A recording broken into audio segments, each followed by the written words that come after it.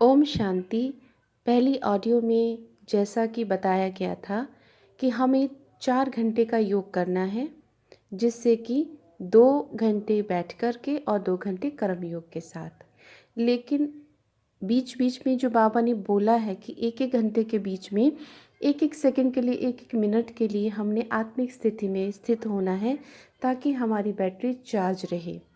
तो 4 घंटे की जगह आप इसको धीरे धीरे बढ़ा भी सकते हैं। ये आपके ऊपर है, आपके अभ्यास के ऊपर है, क्योंकि जो आध्यात्मिक जीवन है वो अभ्यास के बिना अधूरा है। इसीलिए अभ्यास करते रहना है। और बाबा ने बहुत तरह से, बहुत तरीके से, बहुत अच्छे अच्छे अभ्यास सिखाते भी हैं और बताते भी हैं, जिसकी विधियाँ जो पुरुषार्थी हैं उनको बाबा सिखा भी जाते हैं। और कई जो मैंने भी ऑडियो रिकॉर्ड की है अपनी पुरुषार्थ की, वो भी आपको हेल्प करेगी आगे बढ़ने के लिए। मैंने पिछली ऑडियो में, अमृत वेला की ऑडियो में ये भी कहा था कि जब तक ज्ञान की शक्ति और योग की शक्ति उस स्थान को नहीं भरती है, तब तक हमारे अमृत वेले का योग हमसे मिस होता जाएगा। ज्ञान की शक्ति, अब ज्ञान की शक्ति क्या है? बाबा हमें कहते हैं कि अपनी लौकिक लाइफ में जो कुछ भी कार्य होता है उसको आप रूहानियत से करें, उसमें ज्ञान को यूज़ करें।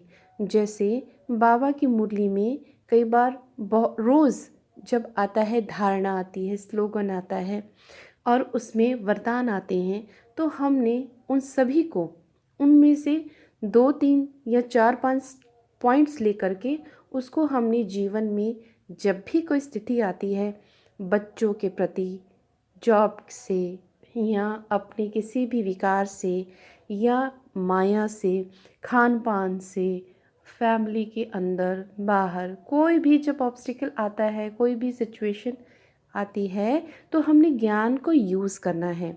और ज्ञान को यूज़ करना है और उसको समझना भी है कि आज मैंने इस ज्ञान के टॉपिक को, इस पॉइंट को आज इस कर्म में यूज़ किया, जिससे कि यूज़ करने से हमें धारणा होती है, हम अटेंशन में आते हैं कि हाँ, हमने इसको बड़े ही सही तरीके से यूज़ किया और धारणा की। ये अभ्यास है, ये पुरुषार्थ है, जिससे कि हमारा पुण्य बनता है और हम आध्यात्मिक जीवन में आगे बढ़ते हैं। ज्ञान और योग, ज्ञान को धारण करना, ज्ञान को समझना, ये तब तक असंभव है जब तक योग की शक्ति हमारे साथ नहीं रहती है। और योग की शक्ति भी हमारे साथ होगी, यानी कि ज्ञान और योग, ये दोनों चीज़ें इकट्ठी चलती हैं। जब तक योग की शक्ति नहीं होगी तो ज्ञान को समझने की ताकत, उसको धारण करने की ताकत, अभ्यासी होना, पुरुषार्थी होना हमारे लिए बहुत मुश्किल हो जाता है। और साथ साथ में नष्ट मोहा स्थिति, निश्चय बुद्धि स्थिति, फरिश्ता रूप स्टेज, कर्मातीत स्थिति, ये सभी स्टेजेस हैं। और इसको और संकल्प स्थिति, सिद्धि की स्टेज, ये सभी बाबा ने मुरली में बहुत बार इसको चर्न किया हुआ है।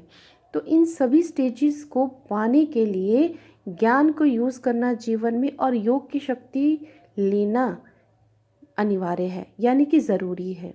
ज्ञान के साथ शक्ति अगर नहीं होगी, योग नहीं होगा, परमात्मा साथ नहीं होगा, तो ज्ञान को यूज़ करना इम्पॉसिबल है। इसीलिए दो चीज़ें इकट्ठी चलती हैं।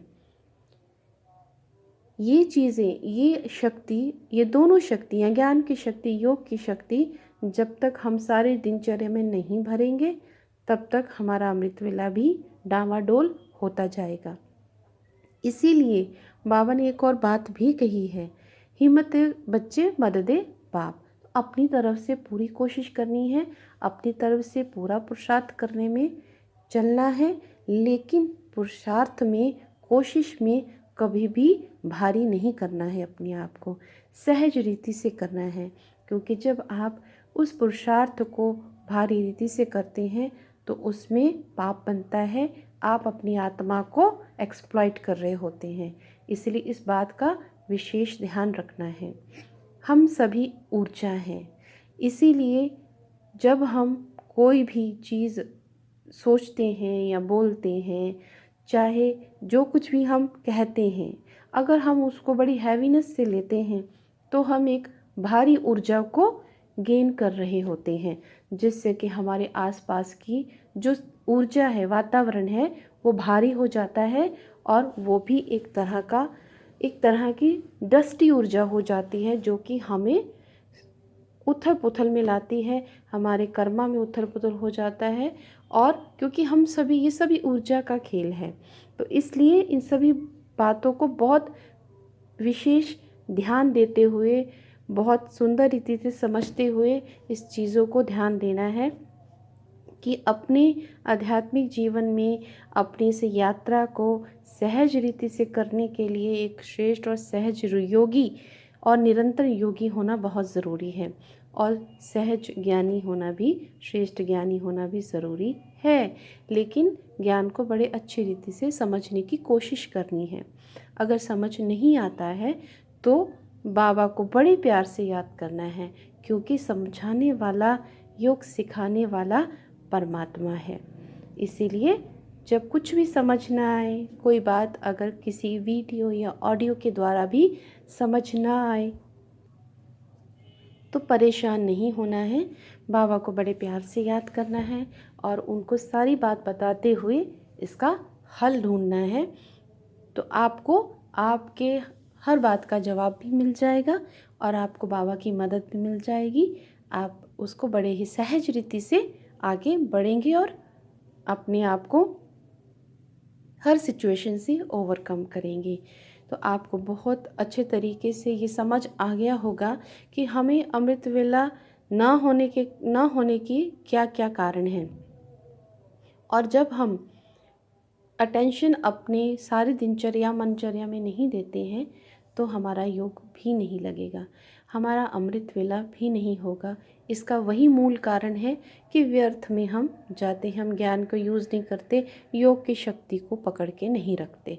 तो ये इन चीज़ों को अपने आप से डिटैच करने के कारण हमारी ऊर्जा अपवित्रता में जाती है, लो होती है, जिसकी वजह से हम उस वक्त में, उस सुबह में हम नहीं उठ पाते हैं। अगर उठ भी जाएं तो योग नहीं कर पाते हैं। इसका यही कारण है, यही है, और इसको बड़े ही सुंदर रीति से समझ के इसे फॉलो करना है। ओम शांति।